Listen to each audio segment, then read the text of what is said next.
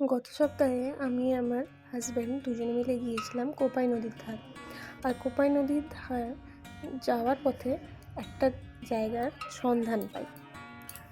তো আমরা খেতে তো একটু ভালোবাসি, তো সেই জন্য জায়গাটা আবিষ্কার করলাম।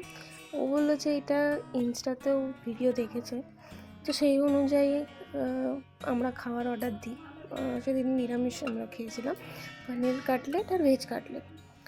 সত্যি কথা বলতে আমার মানে কোনোটাই ভালো লাগেনি।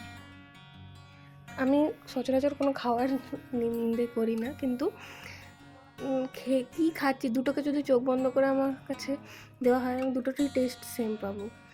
গরম ছিল, আর খাওয়ার পর আমার যদি বলা যে 10-এ কত রেটিংস দেবে, 10-এ 5। কিন্তু অগত্যা উপায় নেই, খেয়ে দিয়ে আবার বাড়ি চলে এলাম।